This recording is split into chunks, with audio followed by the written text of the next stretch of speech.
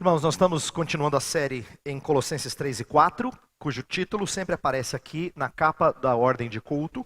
A série A Nova Vida em Cristo. E eu intitulei a mensagem dessa manhã de Áreas Problemáticas da Igreja. Nós vamos lidar com 3 delas, como eu vou mencionar daqui a pouco. Mas vamos ler o texto e eu quero começar refletindo sobre algumas tendências negativas dentro da igreja. Colossenses capítulo 3, versos 15 a 17. Esse é um texto que faz parte de um bloco um pouquinho maior, que começou no verso 12. Na semana passada nós estudamos de 12 a 14, e agora a gente vai fazer a segunda parte desse bloco de texto, que começa no verso 12 e termina no 17. Colossenses 3, de 15 a 17, diz assim: Que a paz de Cristo seja o juiz em seu coração, visto que vocês foram chamados para viver em paz como membros de um só corpo, e sejam agradecidos. Habite ricamente em vocês a palavra de Cristo. Ensinem e aconselhem-se uns aos outros com toda a sabedoria, e cantem salmos, hinos e cânticos espirituais com gratidão a Deus em seu coração. Tudo o que fizerem, seja em palavra ou em ação, façam-no em nome do Senhor Jesus, dando por meio dele graças a Deus Pai. Quero começar com um texto que eu li de um autor chamado Tullian Tchividjian. E ele traz um insight muito interessante sobre uma tendência moderna. Hoje em dia você ouve na mídia falar sobre como nós nos aglutinamos em tribos. Você ouve isso muito, né? É uma linguagem popular hoje em dia. Fala que as pessoas se unem em tribos. O que elas querem dizer por isso? Não é nada, não é voltar ao que é primitivo, mas é dizer que elas não se conectam mais baseado em formalidades, mas em grupos de afinidades. E esses grupos de afinidades falam o seu próprio linguajar e têm um jeito próprio de se portar.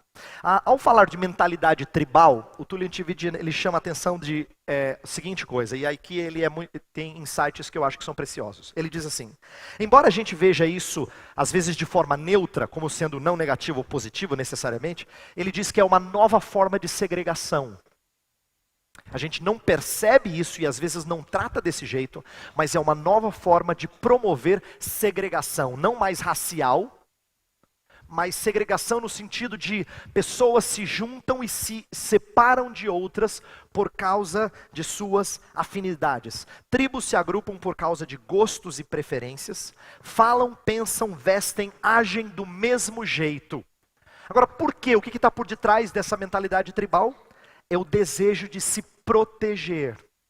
Quando a gente se une com quem é parecido conosco, nós nos protegemos. Autoproteção é o que está por detrás dessa mentalidade tribal.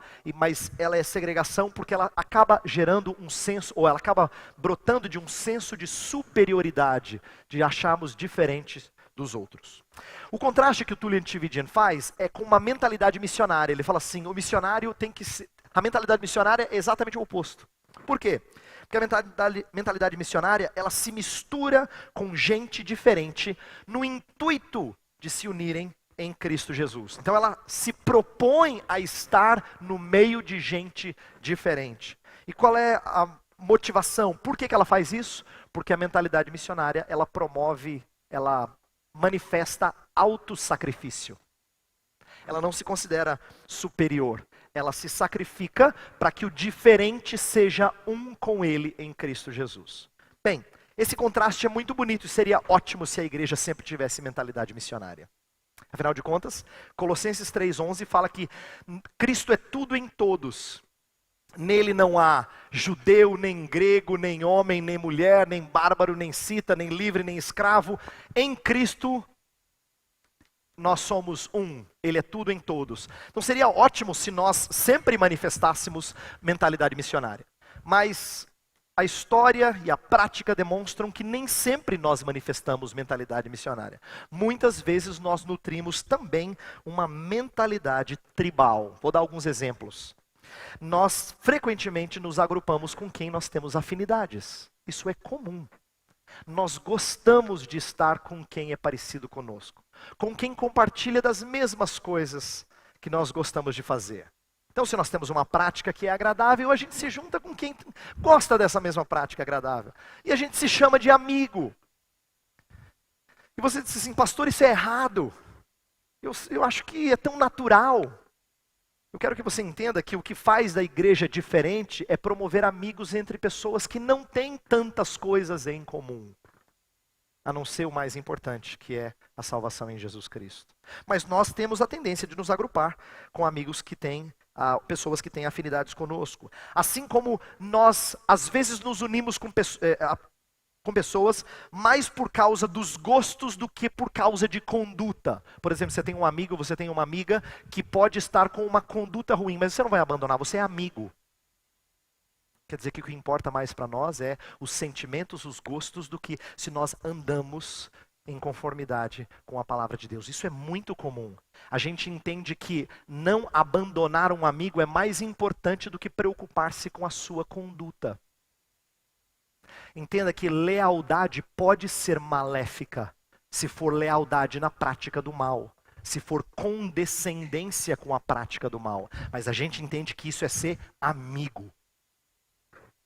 Uma terceira forma comum entre os crentes de ter mentalidade tribal é quando, às vezes, as igrejas promovem cultos diferentes conforme as predileções de cada um.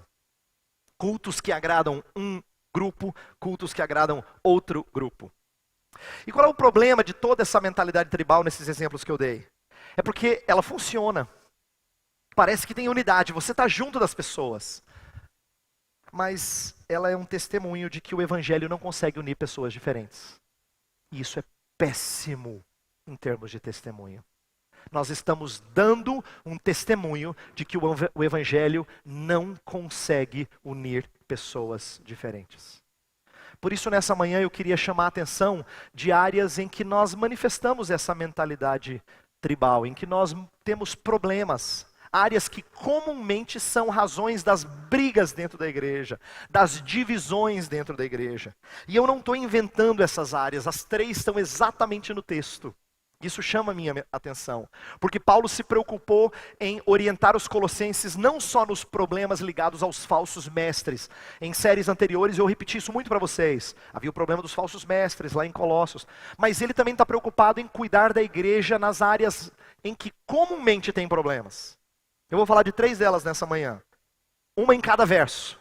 No verso 15 vai falar de problemas ligados a relacionamentos pessoais. Percebe como isso é muito comum na igreja e normalmente isso produz divisão? As pessoas falam de feridas que elas tiveram na igreja e que levaram elas a mudar de igreja, ou a se frustrar com uma igreja, e não ir para nenhuma igreja. Às vezes mudam e às vezes não vão para nenhuma outra. Relacionamentos pessoais é uma das áreas que mais gera divisão, que gera discórdia, e o verso 15 fala disso. No verso 16 fala de uma outra área muito problemática, da adoração pública. A adoração pública tem sido motivo de discórdia. Há quanto tempo o povo de Deus discute se pode adorar desse jeito ou daquele jeito? Tal instrumento pode, não pode? Esse tipo de conjunto pode, não pode? E eu vou falar um pouco disso hoje, embora eu vá explorar isso mais plenamente no próximo domingo.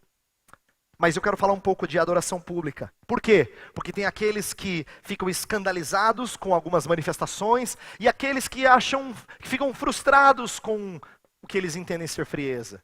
E esses gostos diferentes às vezes promovem divisões na igreja.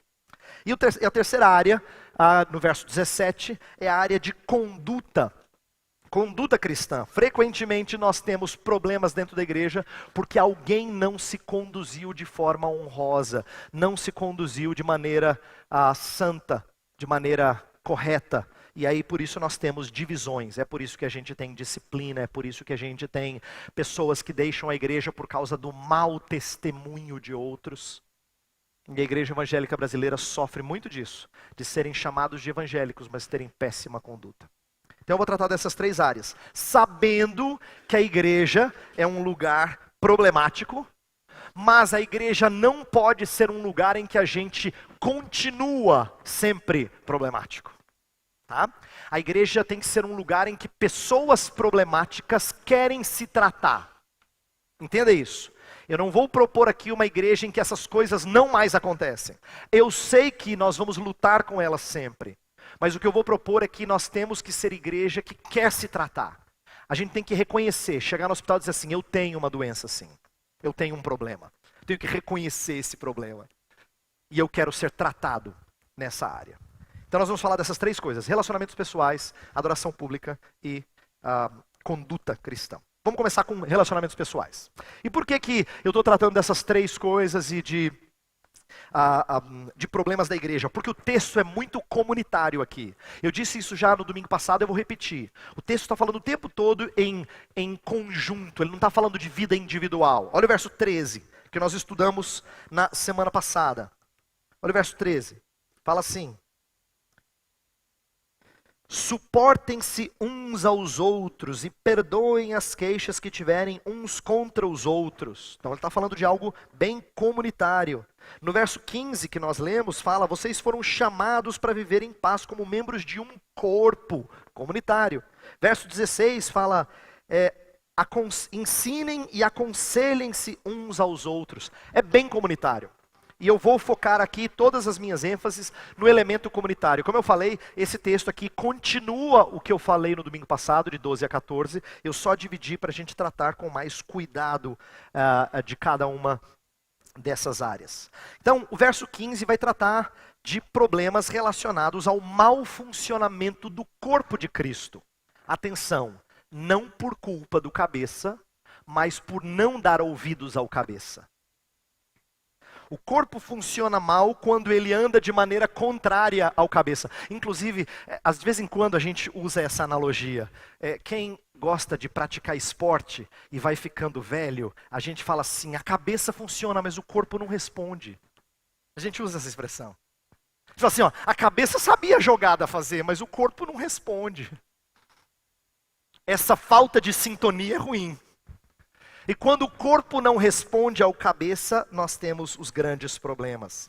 Veja que o texto fala da importância de nós entendermos a vida comunitária. Fala que nós somos chamados em um só corpo. Isso significa que nós temos que nos esforçar por preservar essa unidade do corpo. Efésios capítulo 4, Efésios é uma carta paralela a Colossenses. Fala que nós já temos uma unidade do Espírito, a gente não tem que criá-la, tá? Não é verdade que você tem que fazer a igreja unida, não, ela já é unida, e não foi você que fez. Mas Deus coloca sob sua responsabilidade o preservar a unidade do Espírito. Está lá em Efésios 4:3. Isso significa que quando você não anda em conformidade com a voz de Cristo Jesus, o cabeça, você acaba por não demonstrar essa unidade. Ninguém enxerga, ninguém a vê. Por isso eu quero falar aqui dessa tarefa difícil, mas importante, que não é possível mediante artifícios humanos. Por exemplo, seria fácil se a gente se reunisse só de acordo com classe econômica, ou com gostos, ou com tendências, preferências, mas não é isso que é a unidade da qual o texto fala. Ele fala de uma unidade que só acontece mediante a paz de Cristo. Eu quero falar um pouquinho sobre a paz. Por quê? Porque às vezes nós entendemos paz de maneira equivocada. Quando a gente fala sobre paz, a paz de Cristo seja o juiz, ou como diz a atualizada, o árbitro. Nós estamos falando de alguém que toma as decisões, que diz quando é falta e quando não é. Essa é a ideia de ser árbitro. Por que é importante a paz de Cristo ser o árbitro? Porque quando nós nos colocamos como árbitros, frequentemente nós julgamos as pessoas e colocamos-nos em posição superior. Você lembra quando Jesus fala assim, não julguem uns aos outros, para que você não seja julgado? Está lá em Mateus capítulo 7. Jesus não está dizendo que a gente não deve nunca ter discernimento quanto às coisas ao nosso redor. Ele está dizendo, não se coloque em posição superior para julgar alguém, porque senão uma hora vai inverter. Não julgue para que você seja julgado. E isso acontecia na igreja de Colossos. No capítulo 2, versículo 18, fala que os falsos mestres, eles julgavam as pessoas por causa das experiências que eles não tinham. Olha o capítulo 2, verso 18. Não permitam que ninguém que tenha prazer numa falsa humildade na adoração de anjos, os impeça de alcançar o prêmio. Tal pessoa conta detalhadamente suas visões e sua mente carnal a torna orgulhosa. A ideia é que essa pessoa estava julgando e dizendo assim, eles classificam você como inferiores espiritualmente. É isso que estava acontecendo na igreja de Colossos. Paulo falou assim: não façam isso. Deixem que a paz de Cristo seja árbitro. A paz de Cristo, ela é uma paz diferenciada. Não é uma paz circunstancial, isto é, que depende das coisas ao nosso redor estar bem, mas é uma paz que considera transgressões, mas ainda assim não as leva em conta. O que eu quero dizer com isso? Eu quero que você entenda que quando a Bíblia fala assim que nós temos que nos esforçar por preservar a unidade do Espírito, e a chave para isso é a paz de Cristo, é que você tem muito em suas mãos para que haja unidade na igreja. E raramente essa unidade não vai ser promovida. É por isso que Paulo fala assim: no que depender de vós, tendes paz com todos os homens. Quando ele fala no que depender, é porque ele está dizendo assim: olha, tem muita coisa em sua mão. Só se realmente você oferecer a paz de Cristo e a pessoa não quiser julgar você segundo aos padrões do mundo, méritos, justiça. Aí não vai ter jeito. Mas no que depender de você, promova paz para com as pessoas. Seja um pacificador. E quando eu falo no que depender de vós, quando eu repito esse texto, eu penso assim em como facilmente nós desistimos de resolver alguns conflitos. Facilmente a gente desiste. Falou: ó, pastor, eu já fiz a minha parte. É frequente a gente dizer isso. Como quem diz: já fui lá e já conversei, pastor, o senhor falou que era para conversar, eu já fui lá e conversei. Check. Agora eu já fiz a minha parte. E o texto fala de esforço. Lembra Efésios 4:3? Esforçando diligentemente por preservar a unidade do Espírito. A ideia não é fazer algo que seja simples, mas de esforço, de fadiga, de não desistir facilmente. Tem uma história no Novo Testamento que ilustra isso.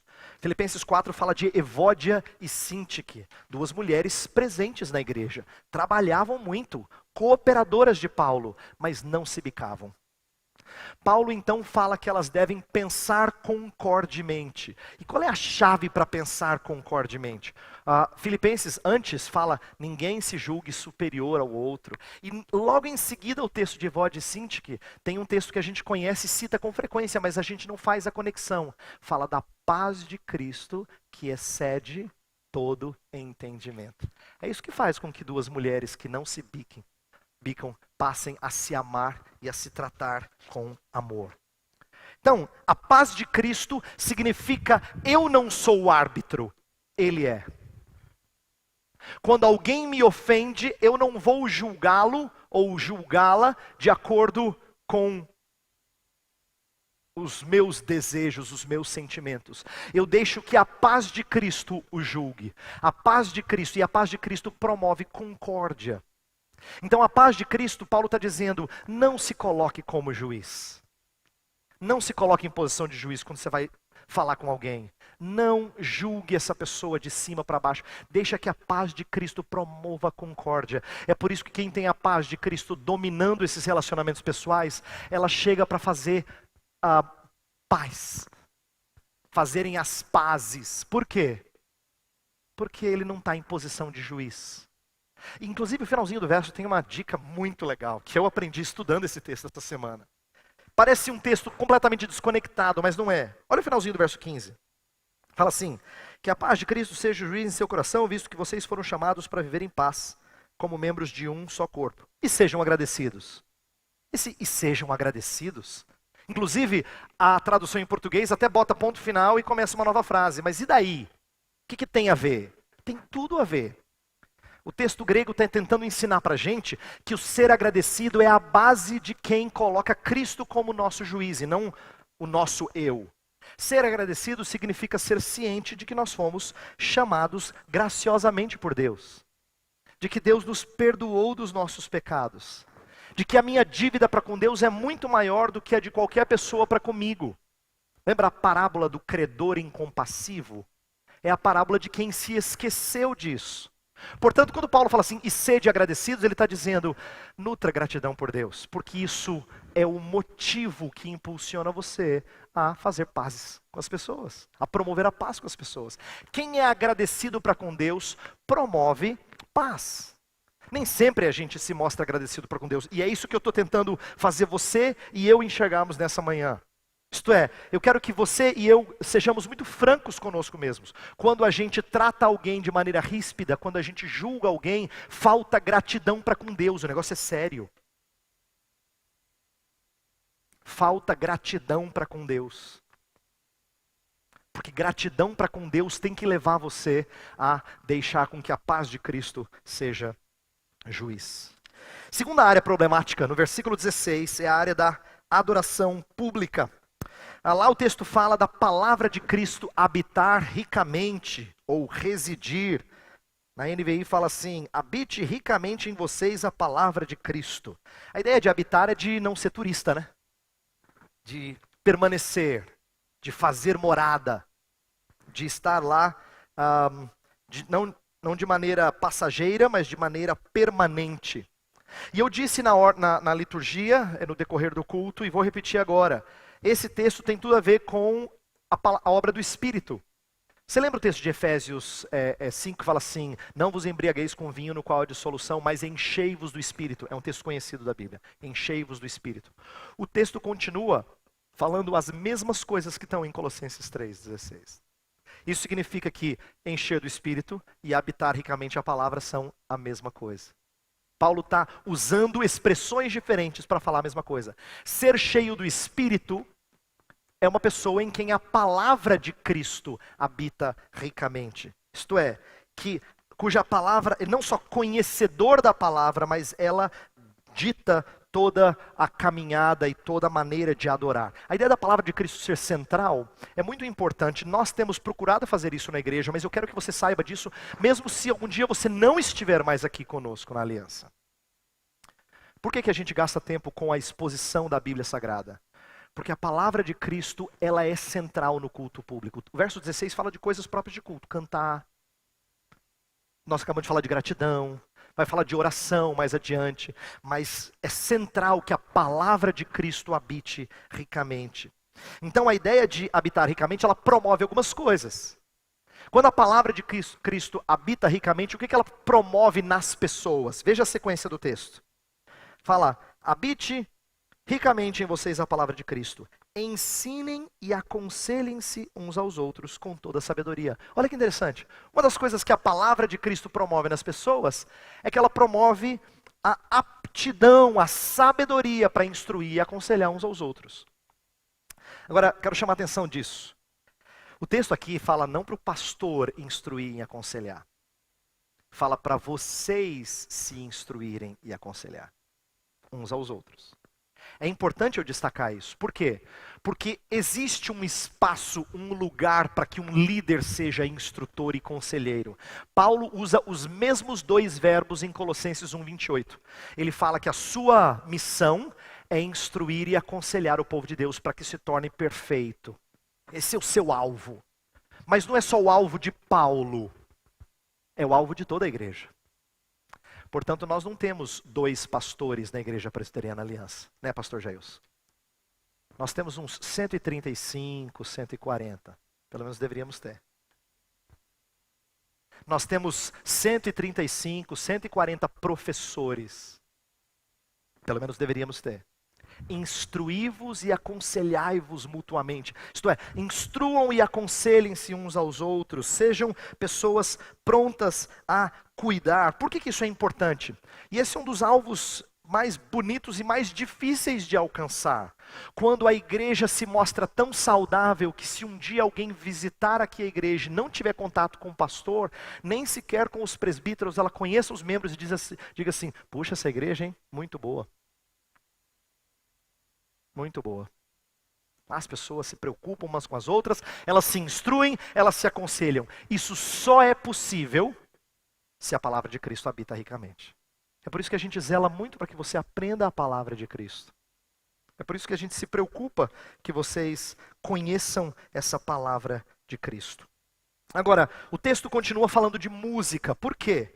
Porque não só a palavra de Cristo tem que ser o centro do culto, não só a resposta e o nosso contato uns com os outros tem que ser repleto de instrução e admoestação. Inclusive, instrução, esse instruir e aconselhar, tem meio que um lado positivo e negativo, tá?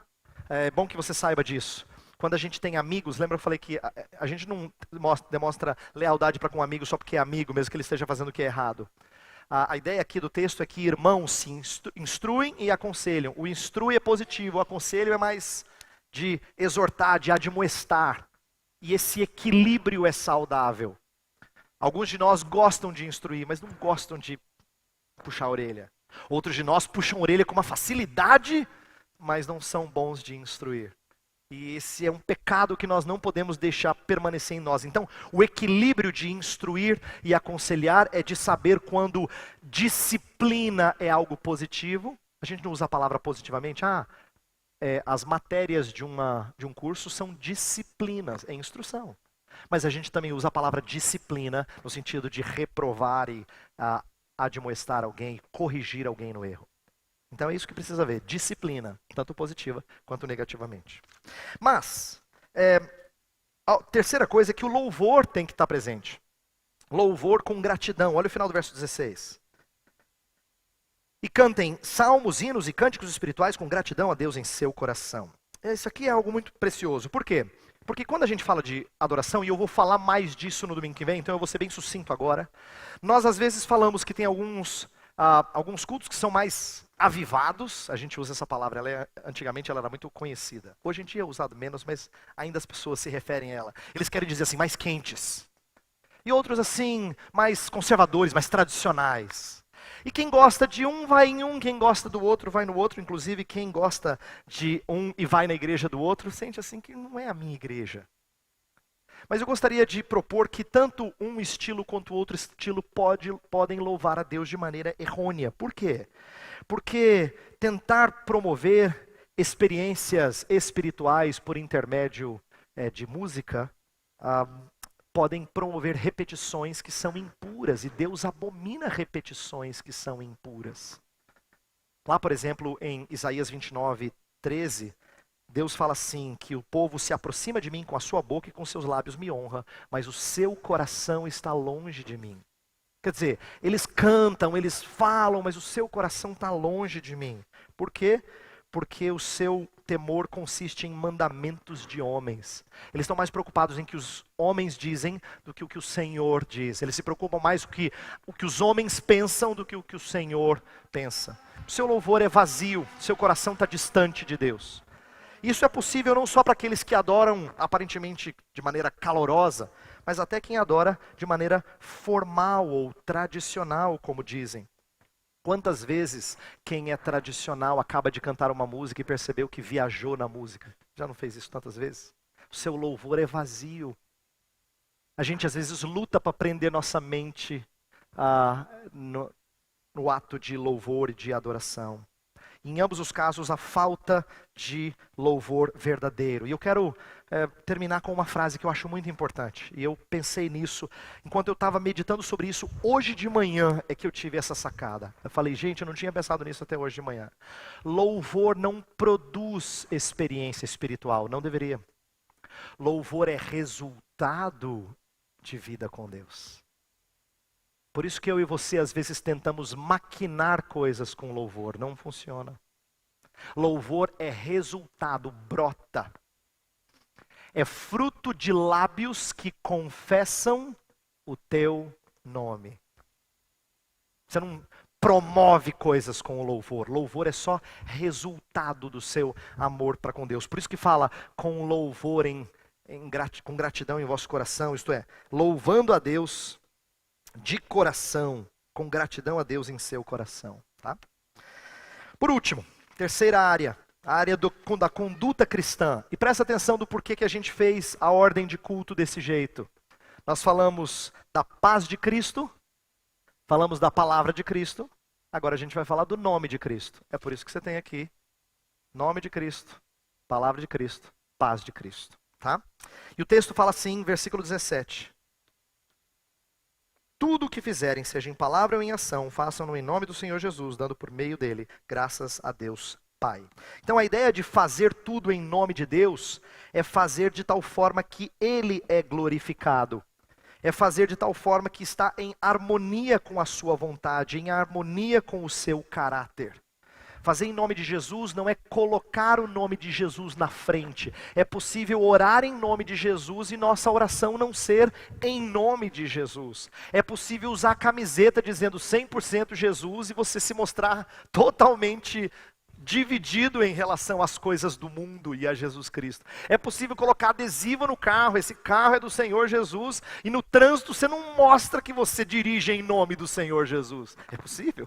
Isso acontece sempre. Então fazer tudo em nome do Senhor Jesus é conduta de forma a combinar com a pessoa de Jesus Cristo.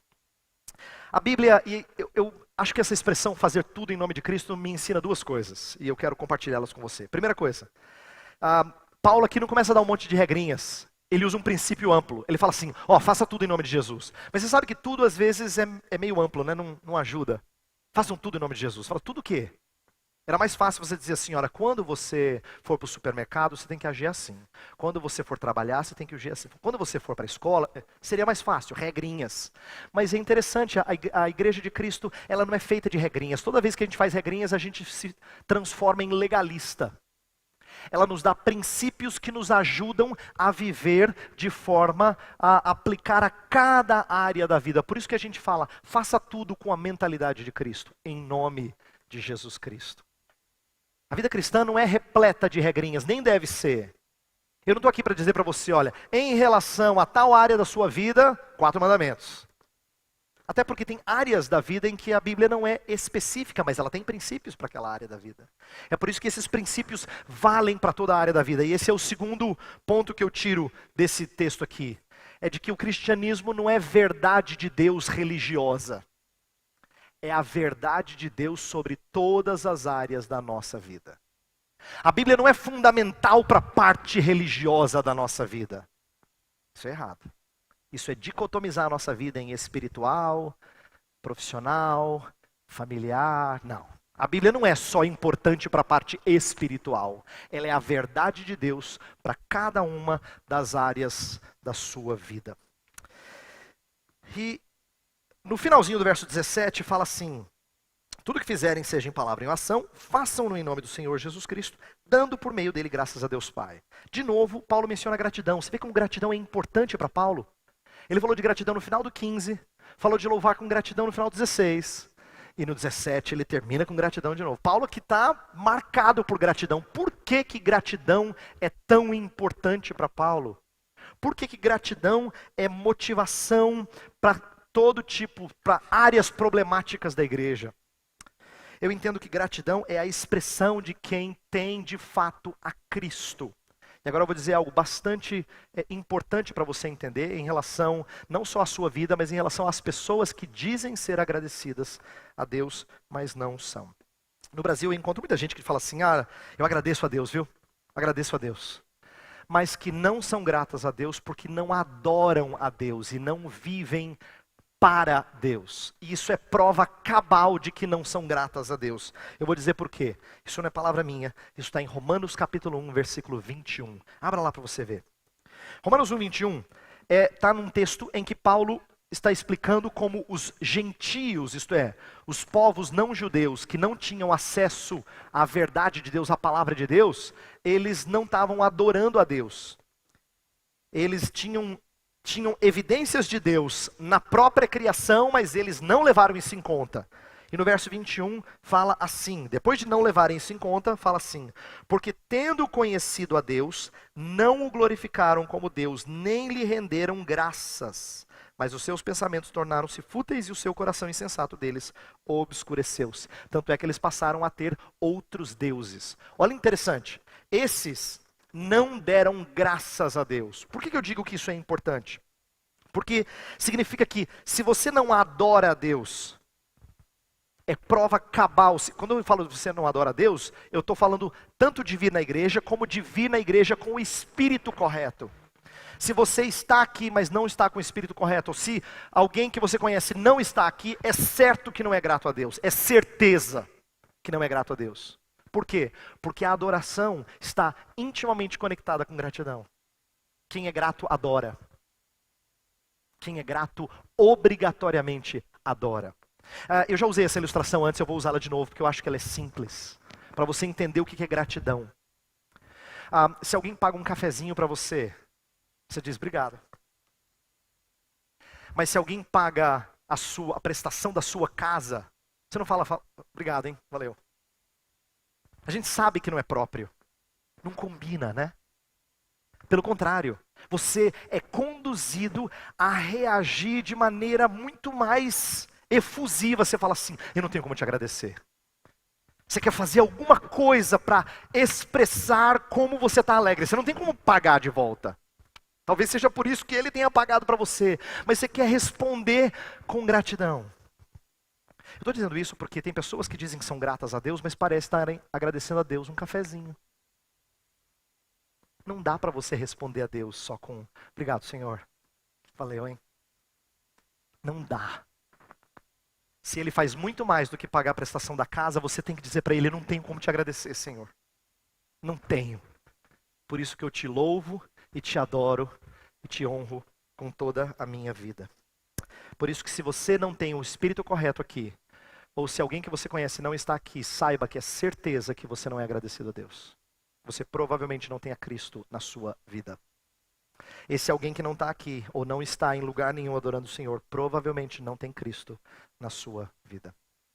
É importante a gente entender esse princípio. Por mais duro que seja, é a expressão do nome de Cristo. Fazer tudo em nome de Cristo.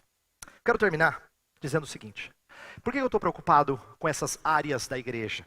Essa área de conduta, que às vezes é uma conduta contrária à palavra de Deus, com o louvor, a adoração, o culto público e com os relacionamentos pessoais. Por que essas áreas são importantes?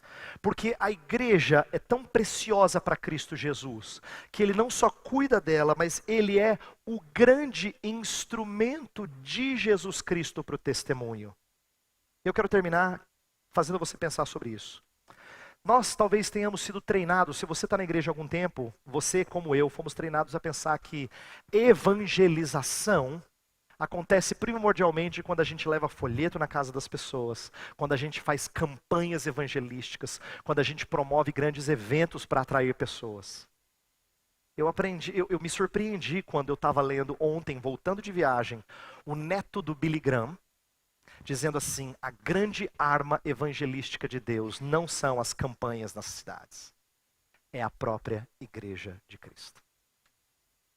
Quando isso aqui funciona bem, nós temos a maior arma evangelística de Deus. Quando isso aqui, tem relacionamentos pessoais saudáveis, cultua Deus de forma saudável e se conduz em nome de Jesus, isso aqui atrai pessoas. Isso aqui atrai pessoas. E é importante eu dizer isso para você. E eu termino com essa palavra porque tem muita gente que acha que a igreja não tem esse poder, que ela precisa sair e fazer outras coisas lá fora porque as pessoas não virão. Não é verdade. Se nós nos mostrarmos em tudo lá fora, nos conduzindo em nome do Senhor Jesus. Se quando as pessoas vêm aqui, elas percebem que a palavra de Cristo é o mais importante. Se na hora de nós tratarmos uns aos outros, a paz de Cristo reina e julga. E funciona como árbitro. Então as pessoas vão se impressionar. Certamente elas vão se impressionar. Eu quero que você creia nisso. Cuidado da igreja também é missiológico e missionário. E a gente precisa crer nisso. Por isso a nossa oração vai ser para que a igreja de Cristo seja saudável e assim atraia mais ao conhecimento salvador de Jesus. Feche os seus olhos, nós vamos orar.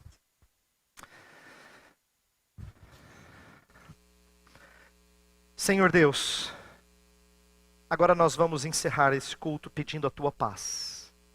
A paz que vem do teu Filho Jesus Cristo, a paz promovida por Ele, que entra em nossos corações por intermédio do teu Espírito. Nós precisamos dessa paz, Senhor, porque nossa igreja ainda tem problemas de relacionamentos pessoais. Nós ainda temos pessoas que não se dão com outras. Isso é ruim. Isso testifica negativamente. Nós também às vezes estamos aqui para te adorar, nos preocupando com algumas coisas do culto, mas não com outras. Inclusive o estado do nosso coração às vezes não é bom. Alguns de nós vagueiam e nem prestam atenção direito na mensagem, Senhor. Isso ainda acontece entre nós, infelizmente. Nós também temos pessoas aqui que professam ser cristãs, mas se conduzem de forma ímpia e não fazem tudo em nome de Cristo. Isso acontece entre nós também. Por isso nós temos que começar essa oração pedindo perdão ao Senhor. Não só perdão, mas clamando, intercedendo pela igreja. Pai, eu como líder desta igreja, peço que o Senhor nos ajude a andarmos segundo a paz de Cristo, a palavra de Cristo e o nome de Cristo. Cuida dessa igreja de tal forma que ela de fato se torne essa arma evangelística poderosa nas tuas mãos. Que mais pessoas sejam atraídas pelo que acontece aqui. Que mais pessoas venham a conhecer a Jesus Cristo por nosso intermédio.